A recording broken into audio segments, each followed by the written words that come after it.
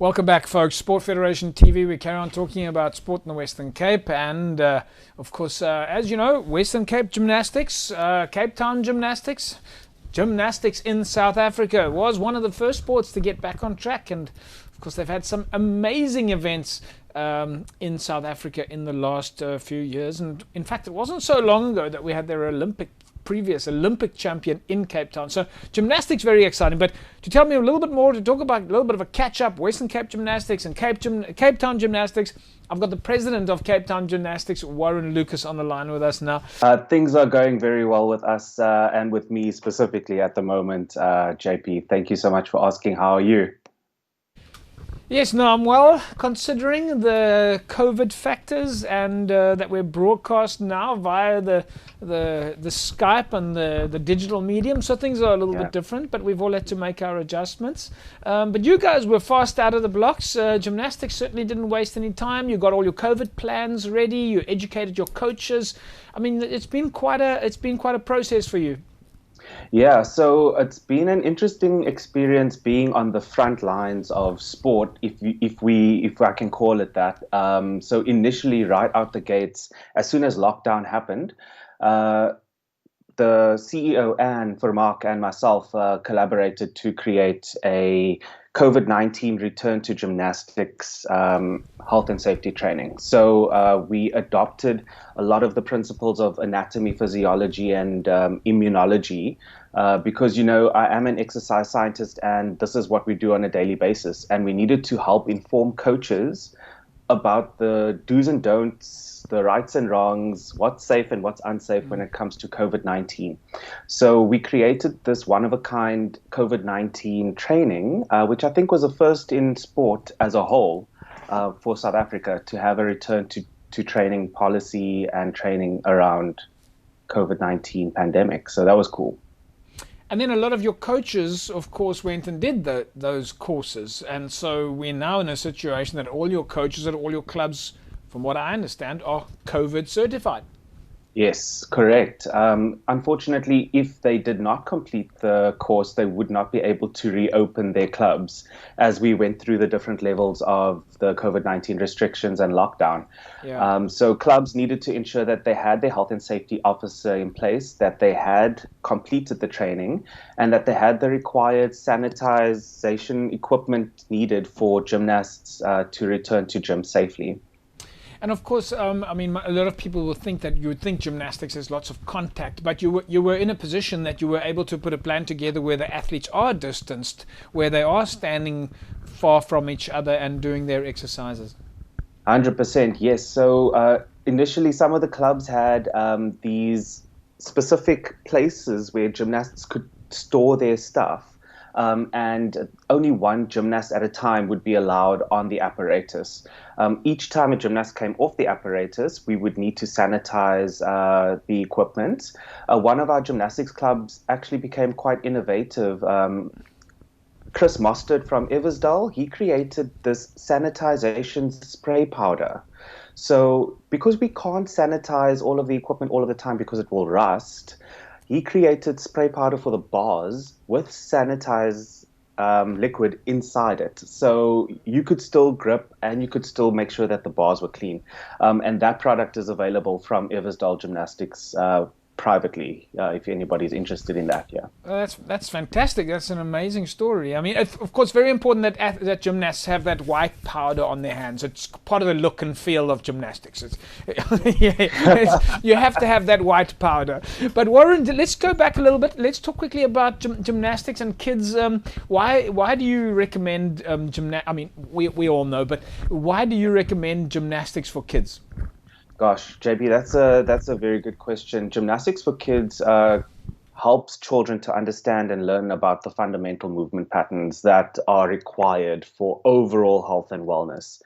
In the academic community, we've got something called physical literacy, and physical literacy really is helping children understand how their bodies move. So in gymnastics, we make sure that kids are exposed to the skills of walking, crawling, twisting, swinging, jumping, and any of these other locomotive motor skills that are required for better fitness, better agility, better speed, better power, and overall better health. So this is why we advocate for gymnastics, and also it does form a basis for any of the other sport types that Yeah, people would want yeah. to participate in later on. So gymnastics forms a nice foundation for that. But and when you're talking about that, you're obviously talking about things like major and minor motor controls. Then and it's not just applicable in on the mat or in the gymnastics. I mean, it's when you're walking down the shopping center or running down the rugby field or it's got a sitting behind your computer. All of these things that you guys do in gymnastics helps you with well-being. Yeah, and at the same time, it's a fun fitness and social activity as well, even for adults. So, under the gymnastics umbrella, we've got a gymnastics discipline called Gym for All. And Gym for All is really the one discipline that we like to push to the forefront so that everybody can understand that no matter your gender or your Yep. ability or your age, you are welcome to come and try a cartwheel or a handstand or a roly-poly on the floor, if you will, and have fun while doing it and make some friends. So I was lucky enough a few years ago to be involved with the Gym for Life program together with, Yes. with you guys. Is the Gym for All and the Gym for Life, is that sort of the same? Or is it? Yeah, so Gym for All is the discipline, and then we've got the Gym for Life challenge, which is the formal competitive version for Gym for All. We like to say that Gym for All is the one discipline where no competition actually takes place. So the Right. way they assess Gym for Life challenges is through the sequence of the dance. Does it carry a message? And is it well choreographed and everything? But at the same time, each person that participates in Gym for All is equally rewarded for their efforts in the Gym for Life challenge. Yeah. And of course, there's the extension to the parents that are watching their kids that they just get that smile on their face when their kids are doing gymnastics. Oh my gosh, it's the best experience, even as a coach, to see the satisfaction on a parent's face that their child is having the most fun and living their best life through doing cartwheels or playing with ribbons and hoops and balls in any of the different disciplines. It's quite a joy to experience, especially as a coach. Yeah. So just on a slightly more advanced level, let's call it high performance adults. Mhm. How are we doing from a competitive level at a slightly older level? Right. So, of course, we've got about 9 disciplines at the moment now. So we've included parkour into our programming. So that is also a fun way for more of an adult gymnast to have some gymnastics experience, because you do still learn all of the basics of gymnastics, but you do it at an advanced level Right. and more along typical structures like concrete, mini walls, the parks that they have like in Greenpoint, where you try different tricks and skills. But on a more formal competitive side, specifically with artistic gymnastics and rhythmic gymnastics, we've had a lot of elite high performance gymnasts coming out of these disciplines. One that many people may know, becoming one of our Olympians for this year. Unfortunately, the Olympics had to be pushed towards 2021. But Caitlin Roskrantz from Johannesburg Gymnastics Club has become one of our Olympic hopes in the country. So a lot of our gymnasts in the Western Cape who are doing high performance artistic gymnastics are modeling themselves behind this achieving woman. And it's really fantastic to see a homegrown girl from South Africa make it onto the world stage in elite gymnastics. It's really fantastic. So we've got high performance programs happening in all across the Western Cape and in Cape Town as well. If you guys find yourselves in Cape Town, please reach out to us because our Olympic program takes gymnasts at certain ages, and they are required to learn specific skills and routines at those ages as they Yeah. progress in those Yeah. levels. Yeah. By the time they reach 16, 17, they would already be in senior Olympic level, ready for the Olympic cycle at that specific time in their life. So what we do as coaches, we work with a periodization program, and we ensure that those gymnasts learn those specific skills to excel at their district trials, their provincial trials, their national trials, and then any entries for African champs and international competitions thereafter.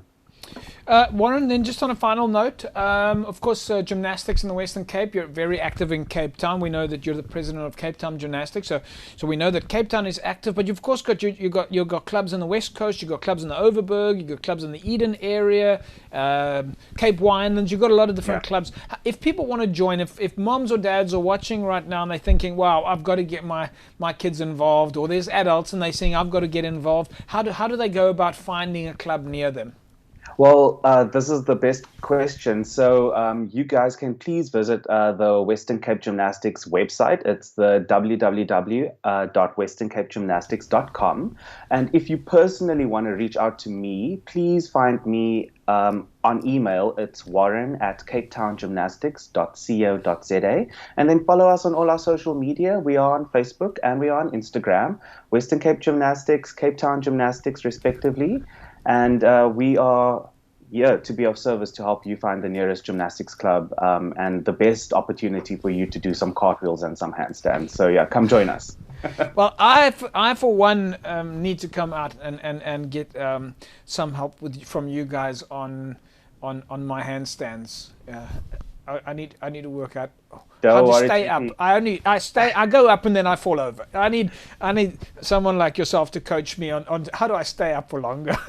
Oh my gosh, JP, now I've got your back. So we've also got a variety of our clubs doing adult gymnastics. Reach out to me on email. I can point you in the right direction, finding out where you live in Cape Town, and then include you in one of these adult gymnastics programs, because that's where we teach our adults how to do some handstands. And it really helps with other things like yoga practices. It helps with your, general day-to-day activities and whatever else that you're needing to do. And also, the best thing about doing gymnastics as an adult is that helps you to lose weight.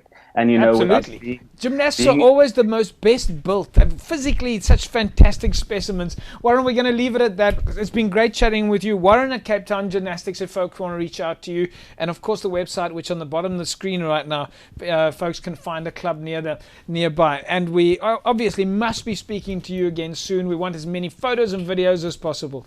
Definitely, JP. I'm looking forward to our next meeting. Yeah, awesome. There we go. Thank you, Warren. Chat soon. There we go, folks. Warren Lucas, president of Western Cape, at least of Cape Town Gymnastics, of course on the executive at the Western Cape structures as well. He's been involved with gymnastics for a long time, and you know that your kids are in good hands. You know that the clubs are compliant. They're getting back on track, and really one of the fantastic sports that has got so many different codes and is so helpful on all the aspects of your life. Right, folks, when we come back from the break, we'll carry on talking about sport in the Western Cape. Don't go away. Back in a sec.